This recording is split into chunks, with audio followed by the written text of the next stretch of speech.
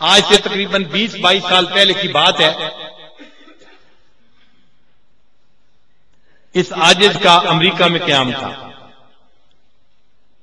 2-3 عالم آئے اور کہنے لگے جی کہ ہم نے ایک کام آپ کے ذمہ لگانا ہے.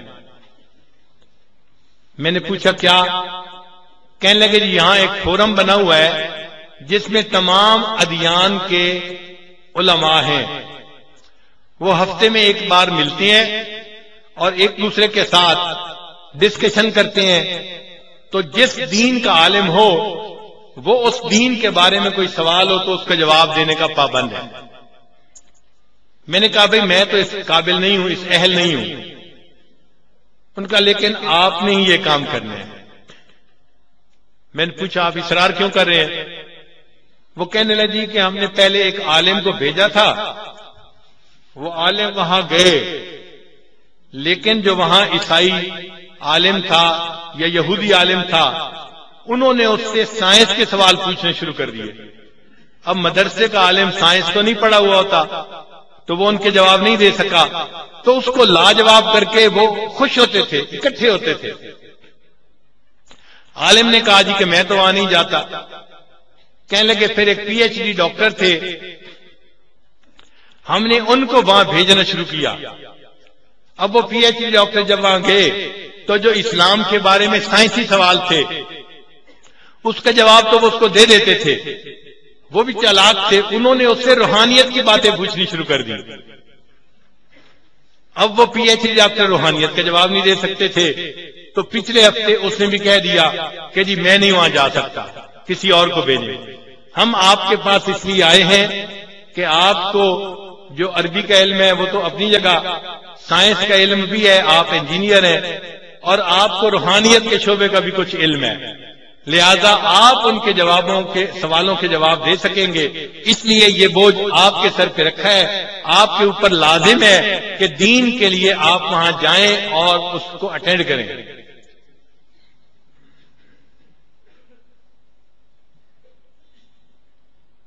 اب اس عاجز کے پاس کوئی جواب نہیں تھا، خاموش ہو گیا. میرے ساتھ ایک عالم تھے حضرت مولانا عبدالحمید صاحب دامت برکاتہم، وہ کہنے لگے بھائی اللہ تعالیٰ جب کوئی بوجھ سر پہ ڈالتے ہیں تو اٹھانے کی توفیق بھی دے دیتے ہیں، آپ نہ کریں، آپ چلیں. ہم وہاں گئے، اس کا نام تھا انٹرفیتھ گروپ، یعنی اس میں مختلف مذاہب کے لوگ اکٹھے تھے اور وہ اپنے مذاہب کے بارے میں آ کے بات کرتے تھے. جب پہلی دفعہ وہاں گئے تو جو عالم لے کے گئے تھے انہوں نے میرا تعارف کروایا کہ آج کے بعد یہ پھر یہاں آیا کریں گے. انہوں نے کہا بہت اچھا. جب مجھے بولنے کا موقع ملا تو میں نے ان کو بتایا کہ دیکھو بھائی میں عالم نہیں ہوں، میں طالب علم ہوں، لیکن مجھے یہاں پر آنے کے لیے علماء نے کہا ہے تو میں یہاں پہ آؤں گا.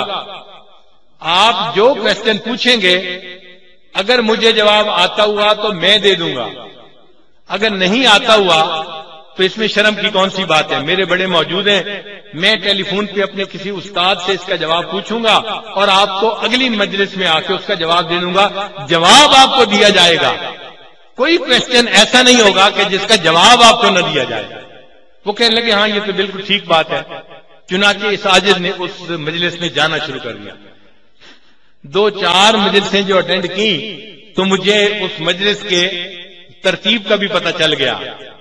میں نے اندازہ لگا لیا کہ یہ سب لوگ اندر سے ایک جیسے ہیں اور ان کا سب سے زیادہ زور اسلام ہی کے خلاف ہے.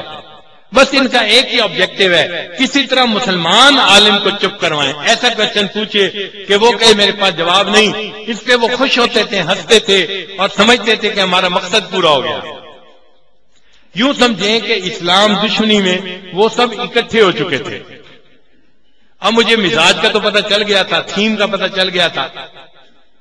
ایک دن مجلس ختم ہوئی تو جو سیکرٹری تھا اس نے کہا کہ جی نیکسٹ مجلس کا ایجنڈا کیا ہے، یعنی اگلی مجلس میں کیا ہوگا.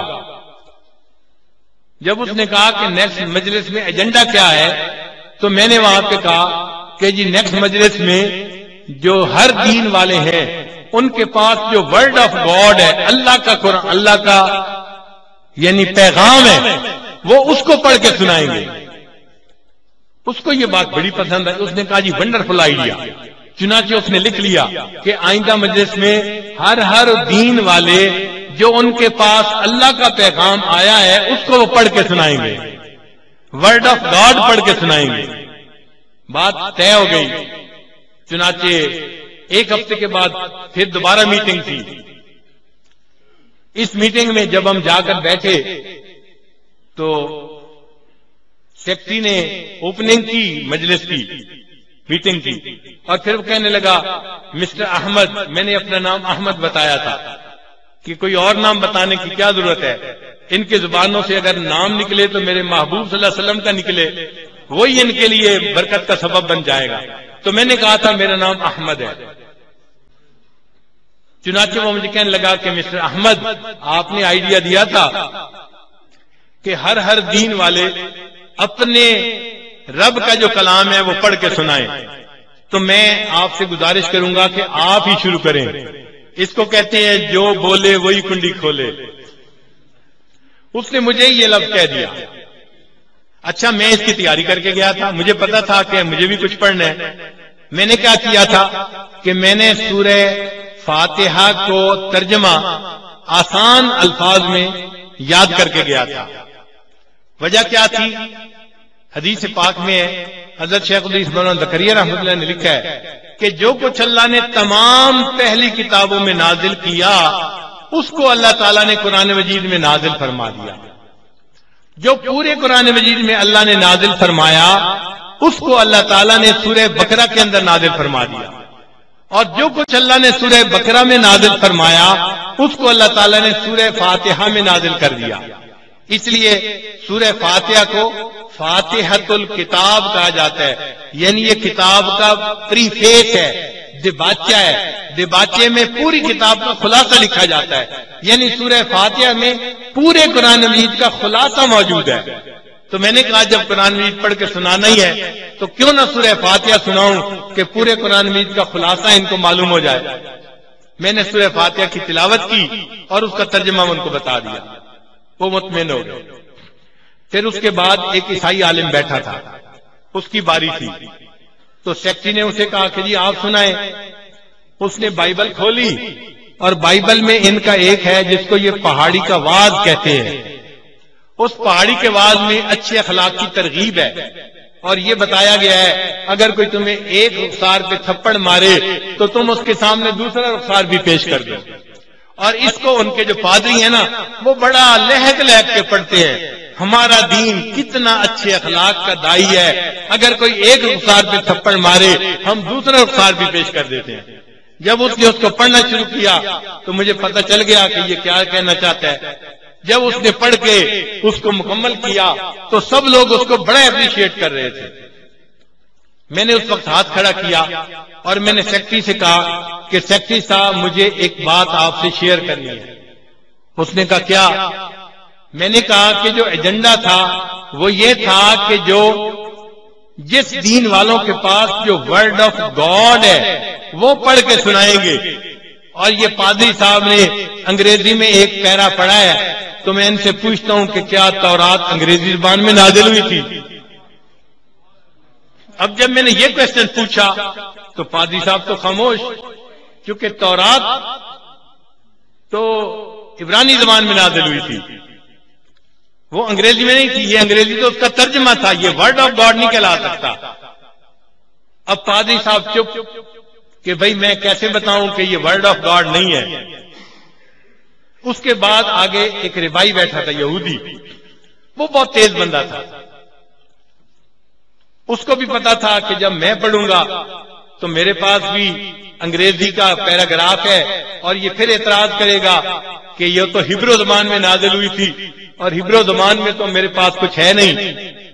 تو جب میں نے یہ پوچھا تو وہ ربائی آگے بڑھا اور مجھے کہنے لگا مسٹر احمد میں ایک بات آج لاؤڈ اینڈ کلیئر کہنا چاہتا ہوں، ذرا توجہ سے سنیے کہ آج ایک بات میں لاؤڈ اینڈ کلیئر بتانا چاہتا ہوں۔ میں نے کہا کیا؟ کہنے لگا کہ جتنے ادیان دنیا میں محفوظ ہیں، موجود ہیں، اور ان کے پاس جو اللہ کا کلام آیا، ان میں صرف مسلمان ایسے ہیں جن کے پاس وہ اوریجنل فارم میں آج بھی محفوظ ہے اور کسی کے پاس اوریجنل فارم میں موجود نہیں ہے۔ جب اس نے یہ بات سب کے سامنے کہی، میں نے قرآن کی آیت پڑھی، انا نحن نزلنا الذکر وانا لہ لحافظون، بے شک اس قرآن پاک کو ہم نے ہی نازل کیا اور اس قرآن پاک کے حفاظت کے ہم ہی ذمہ دار ہیں۔ اللہ آپ کتنے بڑے ہیں، آپ نے آج ان کافروں کی زبان سے یہ کہلوا دیا کہ صرف مسلمانوں کے پاس قرآن محفوظ ہے اور کسی کے پاس محفوظ نہیں۔ ہم اس پر اللہ کا شکر ادا کرتے ہیں۔